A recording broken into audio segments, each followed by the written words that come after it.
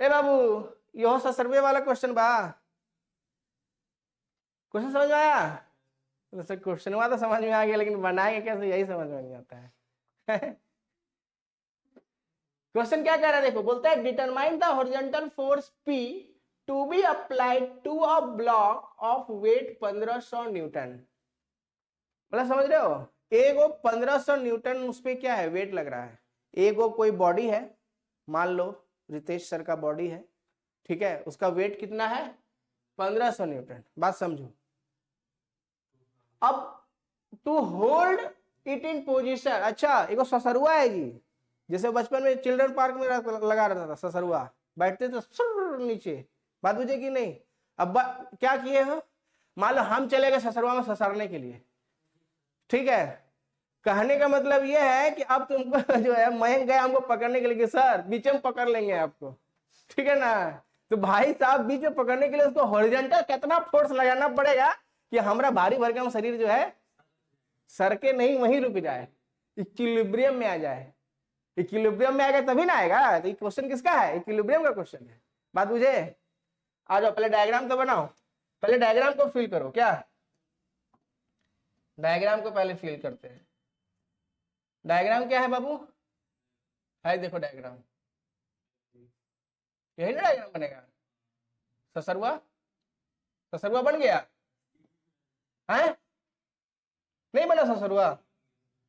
क्या बोलता है, हॉरिजॉन्टल फोर्स P। अच्छा मान लो कि हम ससरते ससरते कहीं किसी समय यहां आ गए, यहां आ गए। अरे गोल मटोल आदमी यही है, गोल है पॉइंट ऑब्जेक्ट, हमको तो पॉइंट ऑब्जेक्ट बना सकते हो ना, मैकेनिक्स पढ़ रहे हैं, पॉइंट ऑब्जेक्ट बन गए हम।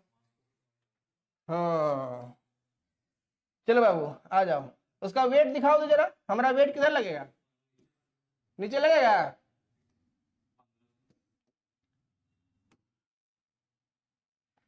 ये लगा तुम्हारा 1500 न्यूटन, बोलो कितना बा, 1500 न्यूटन वेट लग गया, यही है W, बोलो है कि नहीं। और क्या बोल रहा है, makes an angle of 30 degree. ये एंगल कितना है, ये एंगल है 30 डिग्री। सबसे पहले हम लोग क्या कर रहे हैं, अगर फिगर नहीं दिया है तो गिवन पहले लिखेंगे। समझ में आया कि नहीं? क्या क्या गिवन है, गिवन फिगर है भाई साहब, जो कि डायरेक्ट फिगर नहीं दिया हुआ है, फिगर आपको बनाना है। अच्छा अगर हमारा वेट है 1500 न्यूटन, तो और कोई फोर्स नहीं दिया है, यहां फ्रिक्शन भी लग सकता था, लेकिन फ्रिक्शन नहीं लगा रहे। क्यों नहीं लगा रहे, क्योंकि यहां बोल रहा है स्मूथ इंक्लाइन प्लेन है, चिकना है एकदम मस्त, ऊपर से बैठो सर से नीचे। बात समझ आएगी नहीं, ग्रीस लगा दियो। देखो मटका फोड़ वाला, खंबा में जो चढ़ता है मटका फोड़ने के लिए, दही फोड़, हांडी फोड़ बोलता है उसको, जन्माष्टमी में जो करता है वैसे ही, ठीक है। अब बाबू यहाँ पे बताओ कौन सा फोर्स और लगेगा, ये बताओ हमको। नीचे लगेगा, नीचे इसका यहाँ पे टुकड़ा उसका लग सकता है नहीं। अभी कौन कौन से देखो, अगर यहाँ पे हमको वेट लग रहा है और हम इस सरफेस के कांटेक्ट में है, तो एक नॉर्मल रिएक्शन फोर्स लगेगा कि नहीं लगेगा, ये बताओ। नॉर्मल रिएक्शन फोर्स लगेगा ना, ये कैसे लगेगा, परपेंडिकुलर लगेगा, बोलो लगेगा कि नहीं? एकदम लगेगा यार। तो ये मान लो इसका y एक्सिस हो गया, ये इसका हो गया y एक्सिस, और ये मान लो इसका हो गया x एक्सिस। कोई दिक्कत बोलो? हाँ, determine the horizontal force P to be applied to a block of 1500 newton. अब इस पे फोर्स कितना लग रहा है, ये ऊपर लग रहा है कितना, नॉर्मल रिएक्शन, नॉर्मल रिएक्शन कितना है n, ये कितना ऊपर लग रहा है, नॉर्मल रिएक्शन n लग रहा है। चलो बाबू, और क्या बोल रहा है, बस कुछ नहीं बोला, बोल रहा है कि दो, मतलब कि और कोई फोर्स तो नहीं लग रहा ना यहाँ पे, बेसिकली तो दो ही फोर्स लग रहा है। अब इसको रोकना है, राइट। अगर अभी कोई फोर्स नहीं लग रहा है और, तो ये क्या होगा, बॉल हड़हड़ा के नीचे चल जाएगा, ये बॉल हड़हड़ा के नीचे चल जाएगा कि नहीं, स्लिप कर जाएगा ना। अब सवाल बोल रहा है कि मयंक बाबू तुमको रितेश सर को पकड़ना है, तो कैसे पकड़ोगे? बोलता है एक काम करो तुम हॉरिजॉन्टल फोर्स लगाओ बाबू। क्या बोल रहा है तुमको लगाने के लिए, हॉरिजॉन्टल फोर्स। तो हॉरिजॉन्टल फोर्स तुम ऐसे ना लगाओगे क्या, अरे बोलो। तो यही है हॉरिजॉन्टल फोर्स, P दिया है नाम, क्या चलो नाम दे दिया तो नाम लिख देते हैं P, बोलो क्या बच्चा। हॉरिजॉन्टल फोर्स या तो तुम ऐसे लगाओ, या तो हम लोग बोलेंगे सर हॉरिजॉन्टल फोर्स लगना है ना, तो इसको हम लोग यहाँ पे नहीं दिखा के सर यहाँ दिखाते हैं कि हॉरिजॉन्टल फोर्स ऐसे लग रहा है। बोलो बोलो बाबू, पी ऐसा लगेगा। तो बताओ तुमको के वो फोर्स यहाँ दिख रहा है। अब जैसे ही हम ये पी फोर्स लगा है तो रितेश सर क्या हो गए, चुपचाप कान पकड़ के बैठ गए वही, बोले बाप रे बाप मयंक पकड़ लिया। समझ में आया? तो कौन कौन सा फोर्स लग रहा है, एक तो नीचे लग रहा है इधर, इसको दूसरा कलर से दिखा देते हैं ताकि समझ में आए। और एगो कौन फोर्स लग रहा है, एन। एगो लग रहा है तुम्हारा एन फोर्स, एगो लग रहा है पी फोर्स, एगो लग रहा है डब्ल्यू फोर्स, है कि नहीं? इसका एफबीडी बनाओ। स्टेप 1 में सबसे पहला काम क्या करते थे हम लोग, स्टेप 1 में ये तो गिवन था नहीं, स्टेप 1 में क्या करते हैं, ड्रॉ एफबीडी। सबसे पहले क्या करेंगे, एफबीडी बनाएंगे इसका। बोलो, सबसे पहले इसका फ्री बॉडी डायग्राम बनाएंगे। जब हम लोग इसका फ्री बॉडी डायग्राम बनाएंगे तो हम लोग इसको एक्स एक्सिस और इसको वाई एक्सिस शो कर देंगे। बात समझ में आया कि नहीं? अरे बोलो ना हाँ, हाँ तो हाँ तो हाँ करो, ठीक है। कट्टम कुट्टी कर दिए क्या जी? अरे बोलो ना रे बच्चा, शाबाश। देखो ये वाला फोर्स दिखा दिए, और क्या दिखाएंगे, एगो ये वाला फोर्स दिखाएंगे और एगो, बस अबे रुक जाओ, यस अब समझ में आया। तीन को फोर्स लग रहा है और तीनों का पुछड़िया बंधा हुआ है, तीनों फोर्स का पुछड़ी बंधा है, यहाँ पे बंध गया है पुछड़ी। ई फोर्स कितना है P, ई फोर्स कितना है N, ई फोर्स कितना है W। बोलो, यही W बयान दिया हुआ है, कहते ना। अब बताओ बाबू, तीन गो फोर्स है, कंडीशन क्या था, कंडीशन क्या था लामिस थ्योरम लगाने का, कि भाई साहब तीन गो फोर्स लगना चाहिए, बॉडी इक्विलिब्रियम में होना चाहिए, और तीनों फोर्स का पुछड़ी आपस में बंधा होना चाहिए एक ही पॉइंट से। खत्म। अब हमको क्या करना है, खाली एंगलवा निकालना है। बच्चा ये एंगल 30 डिग्री है क्या? अगर ये एंगल 30, याद करो ये एंगल अगर थीटा होता था और ये 90 डिग्री होता था तो ये 90 माइनस थीटा हो जाता था, तो ये थीटा हो जाता था, और ये कितना हो जाएगा 90 माइनस थीटा, यही होता था ना। अगर ये 30 डिग्री है तो ये भी कितना हो जाएगा 30 डिग्री। अबे ये वाला मारेंगे तुम लोग को ना, इतना मार हम, ये बहुत मारेंगे बाबू, परेशान करोगे हमको। देखो यहाँ देखो, अरे गधा, हम ये कहना चाह रहे हैं, क्या कहना चाह रहे हैं हम भी भूल गए। देखो ये अगर 30 डिग्री है बाबू तो ये 90 डिग्री हो गया, तो ये 90 माइनस 30 नहीं हो जाएगा, तो ये 60 डिग्री हो जाएगा कि नहीं। अब अगर ये 60 डिग्री हो गया तो ये पूरा 90 डिग्री है कि नहीं। अगर ये पूरा है तो ये 60 है, तो ये कितना हो जाएगा। तो हम क्या पाप कर रहे थे क्या है, तो ये अगर थीटा है तो ये भी थीटा हो गया, वही तो बोल रहे हैं। इसका मतलब क्या हुआ, तुमको क्या दिया हुआ था, ये थीटा दिया हुआ था, बोलो इसका मतलब ये भी थीटा हो जाएगा, बोलो नहीं हो जाएगा। इसका मतलब हम लोग डायरेक्ट लिखते हैं ना, उतना क्यों घुमाना, बोलो बच्चा, हम लोग इसको डायरेक्ट लिखते हैं। देखो अबे देखो तो सही, देखो यहां जरा सब्र कर लो बच्चा, ये एंगल 30 डिग्री था, बोलो यहां देखो ये एंगल कितना था, ये एंगल अगर 30 डिग्री था तो ये भी एंगल कितना हो जाएगा। अब सबसे पहला काम क्या होता है लामिस थ्योरम लगाने के लिए, सबके बीच का एंगल पता करना। तो अगर ये 30 है तो ये तो 90, ये तो पूरा 90 हो गया इन दोनों के बीच में, ये एंगल कितना हो जाएगा 60 डिग्री। नहीं, अब बात आया कि ये एंगल कितना होगा सर, तुम ये बताओ। अब देखो ये तो एंगल 90 डिग्री है और ये कितना है 60 डिग्री, क्या बात कर रहे हो, ये पूरा एंगल कितना है 90 डिग्री है ना, 90 और 60, ये पूरा एंगल कितना हो गया 150, ये हो गया 150, हर एक माल 150 आते हैं। हाँ, ये एंगल कितना हो गया 150, और ये वाला एंगल कितना हो गया, देखो ये तो 90 डिग्री है और ये 30 डिग्री होगा कि नहीं? ये कितना हो गया? काम खत्म हो गया क्या? नहीं हुआ? अब बोलोगे ये सर कैसे बनेगा सर? अबे कैसे बनेगा का क्या मतलब है? आसान है कि नहीं? अब हम लोग क्या करेंगे, स्टेप 2 में लिखेंगे। अब हम लोग लिखेंगे स्टेप 2। स्टेप 2 में क्या लिखेंगे? Body is in equilibrium, body is in equilibrium with 3 forces. Condition लिखना पड़ेगा, body is in equilibrium with 3 forces, body is in equilibrium with 3 forces. और तीनों फोर्स का क्या हो रहा है? और ये तीनों फोर्स क्या हो रहा है? एक जगह से निकल रहा है, नहीं? इसको हम लोग क्या बोलेंगे? कोइंसिडेंट। बोलो बाबू, नहीं है, एक ही जगह से निकल रहा है ना, को इनिशियल फोर्स बोल सकते हैं इसको, है कि नहीं? क्या बोलेंगे इसको? को इनिशियल फोर्स। और तीनों कैसा है? को इनिशियल फोर्सेस है, मतलब तीनों कहां से निकल रहा है? एक ही पॉइंट से निकल रहा है, नहीं? और ये एक ही प्लेन में है ना, ये प्लेन क्या है? एक ही प्लेन है। एंड प्लेनर फोर्सेस, ये कैसा फोर्स है? प्लेनर फोर्स है। प्लेनर फोर्स मतलब एक ही प्लेन में फोर्स लग रहा है। बात समझ में आया कि नहीं? इसीलिए यहां पे लामिस थ्योरम हम लोग लगा सकते हैं। तो यहां क्या लिखेंगे?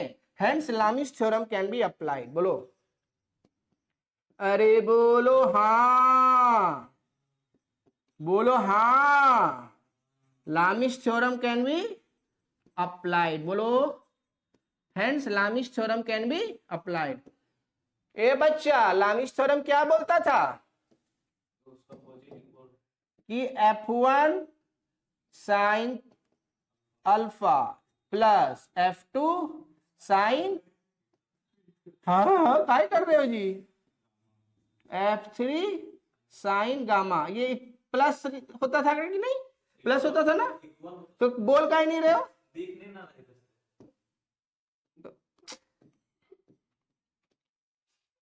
छोटा छोटा ही आज पूरा लैग कर रहा है यार बोर्ड हमारा, बहुत ज्यादा भर गया है। नहीं, ज्यादा भर गया है बाबू, थोड़ा साफ करना पड़ेगा बोर्ड को। मयंक डिलीट कर दे, सब डिलीट करो सब।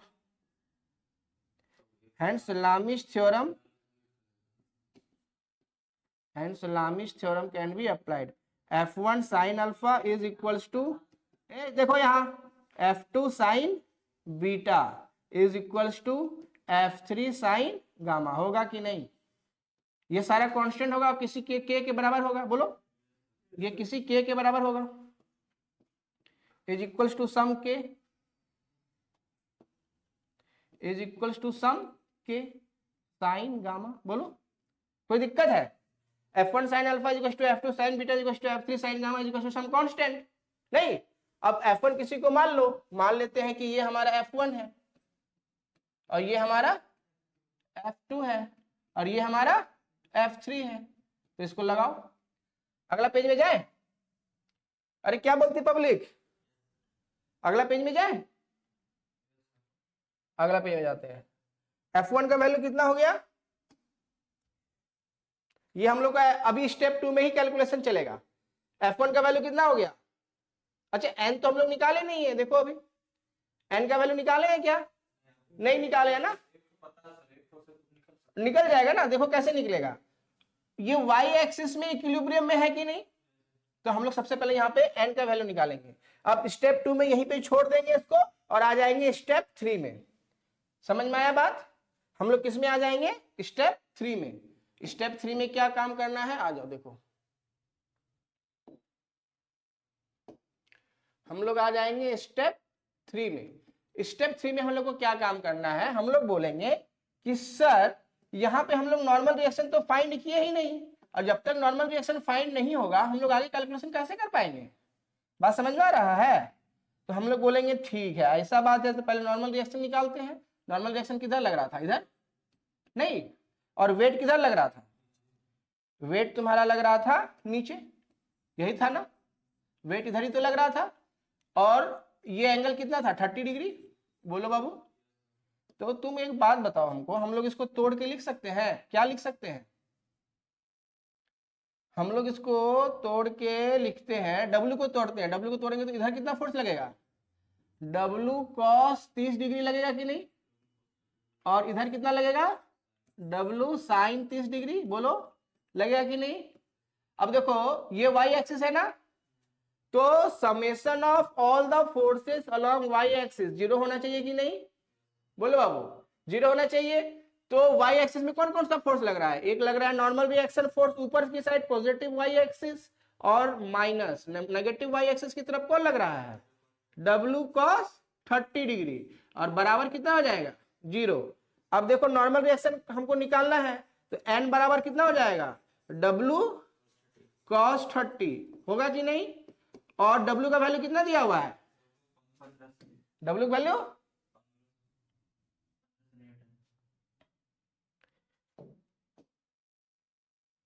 W की वैल्यू 1500, ठीक है, तो आ जाओ 1500, तो वैल्यू पुट कर दो। W की वैल्यू कितना हो जाएगा? 1500 into cos 30 degree, cos 30 degree value कितना हो जाता है? तो 1500 इंटू √3/2 कितना हो गया? 750 √3 न्यूटन। बोलो एन का वैल्यू कितना आ गया? एन का वैल्यू कितना आ गया? 750 √3 न्यूटन। नहीं कोई दिक्कत? अब हम लोग को अगला स्टेप करने में सहूलियत हो जाएगा कि नहीं? नहीं हो जाएगा? अब आ जाएंगे हम लोग अपना स्टेप 4 में। अब हम लोग अपना स्टेप 4 को पूरा करेंगे। आ जाओ स्टेप 4। स्टेप 4 में क्या लिखे थे हम लोग? स्टेप 2 को जो लिखे थे उसी को यहाँ स्टेप 4 में कंप्लीट करेंगे। F1 बराबर कितना? n, और n का वैल्यू कितना आया? हम लोग यहाँ पे सबसे पहले लिख लेते हैं सारा चीज यहाँ पे लिख लेते हैं। पहले लिख लेते हैं F1 का वैल्यू कितना है? F1 बराबर 750 √3, और F2 का वैल्यू कितना है? तुम लोग अपनी फोटो नहीं बनाए हो क्या कॉपी में? F2 किसको मारे? F2 P को माने है ना, यही P तो निकालना है हमें। और F3 का वैल्यू कितना है? F3 है 1500। अब अल्फा बीटा गामा, अल्फा क्या होता था?